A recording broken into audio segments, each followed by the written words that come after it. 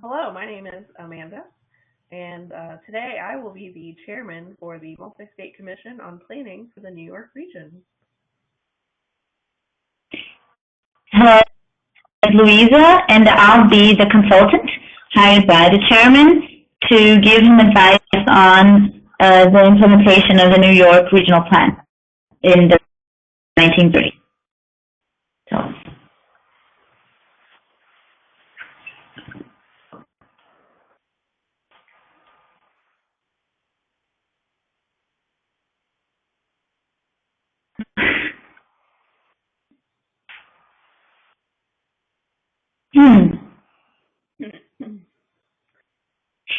Hey, welcome, Mr. Consultant.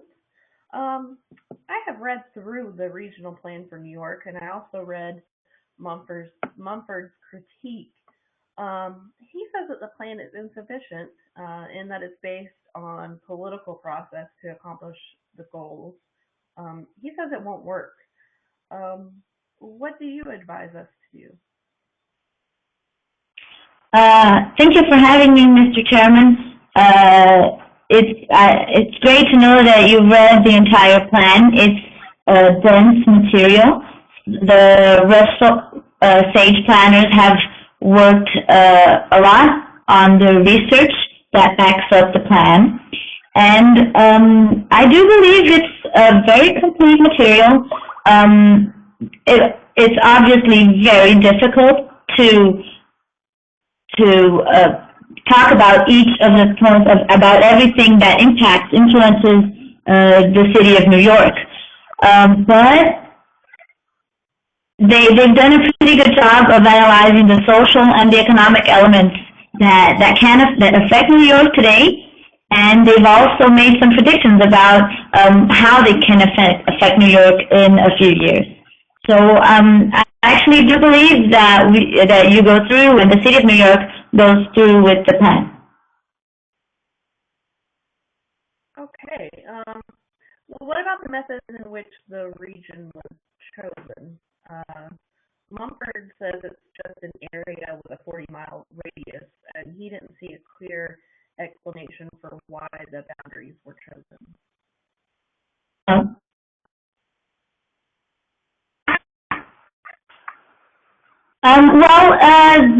The region was very carefully chosen.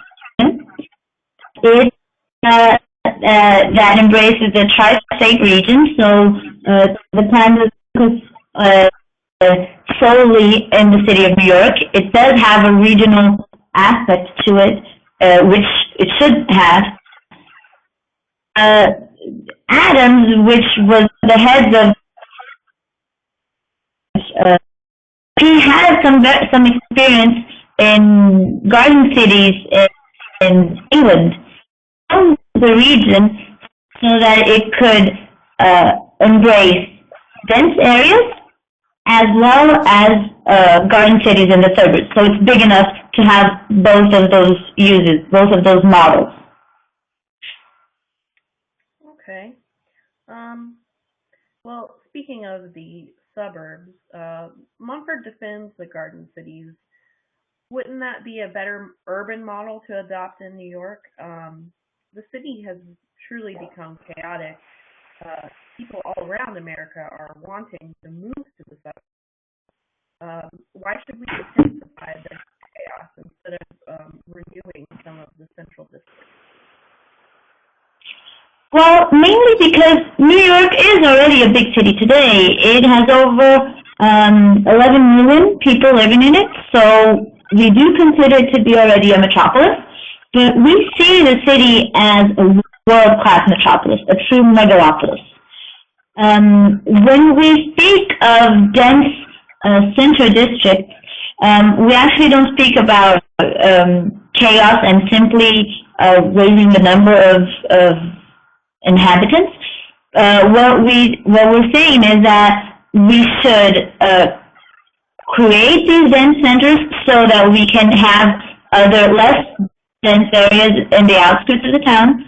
And in the city, the central district, we are going to regulate, if we go through with the plan, residential and working buildings. So we'll create regulations for height and bulk of buildings in order to guarantee good living and working, such as good lighting and good ventilation for the buildings. Wouldn't that create more congestion downtown? Shouldn't we look at more ways of alleviating the congestion rather than just assuming it has to be the way it is now? Actually, we can, and that is why, as you have read, the plan suggests the creation of other business districts in other areas rather than only in the central district, so that we can decentralize the working areas throughout the region that was chosen. And today we have some new technologies such as the subways, and we believe that it is good to invest in the subway system to work in favor of less traffic jams and less congestion. Well, Mumford emphasizes that we've reached our limits in developing the city. The more suburbs we build, the more subways are necessary. The more subways that we build, the more suburbs become necessary. Subway lines are very expensive to build. I'm worried that we won't be able to afford this whole network, that Mumford's prediction of us becoming bankrupt will actually come true. Well, I personally know Adam. I know that he does agree with Mumford, and this isn't limitless. That we've gone to the peak of it, to the actual limit. Sometimes we just have to make some greater investments in order for the city to work well. So we do believe that the subways, actually we agree with Mumford that are more expensive than bus lines. Yes, they are. But they are also a more structural transportation system. So what the SAGE planners believe is that we should invest in the structural system so that we can have less congestion in the future. If we only invest in bus lines, then yes, New York City will come to a point where it will just simply stop. So the subway system is our way out of it. And I'm sorry, but I mean, we're talking about New York. We're talking about a world-class vision of a city in 30, 40, 50 years. I'm sorry, Mr. Sherman, but do you really think that New York will collapse? The increase of the population will bring more income, more tax, we can collect more tax so that we can implement these new technologies. Good point, but should we consider all of the problems the city poses now and just start over on development? Should we consider the rural areas? I mean, couldn't we plan against the current growth of the city and the suburbs? Everything you're saying is about metropolitan centralization, as if it couldn't be prevented.